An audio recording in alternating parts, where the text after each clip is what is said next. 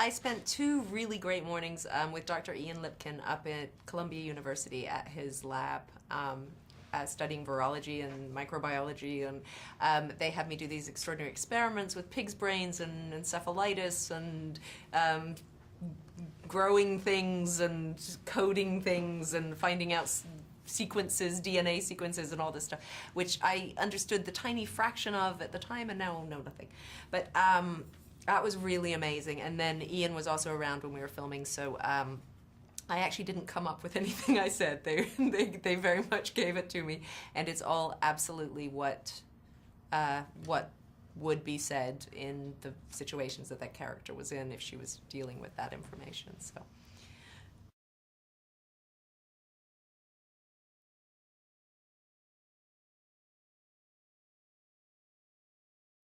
It's really plausible, and they do say that it's just a matter of time, because of course there have always been pandemics, and it's been quite a while now since there has been. It made me more fearful. No, I actually have more, I have so much faith in the science behind it all and in the people who are out there now. So I feel pretty safe. I worry about our farming methods and things like that I think make all of this more likely, and the use of antibiotics in factory farming and all that. I think that scares me. But no, the scientists I have faith in, and I wash my hands more often now.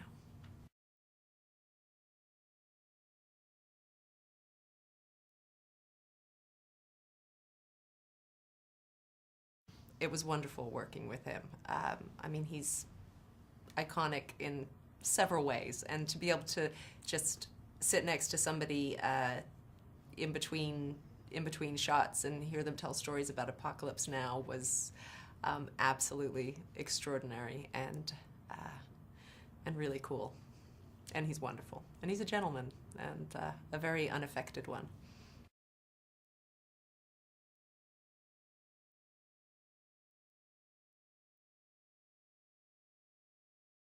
He's wonderful. He's wonderful. I mean, he's just, I've admired him for, I mean, when I saw Sex, Lies, and Videotapes when I was 20, it blew my mind. And his intelligence and his he just is, he's absolutely sure of what he wants, but at the same time, he is using whatever is around him, the environment around him and the actors around him, and he's using the information he's gathering when he looks around, and he's so still in his brain. He's all brain, kind of just churning around in there.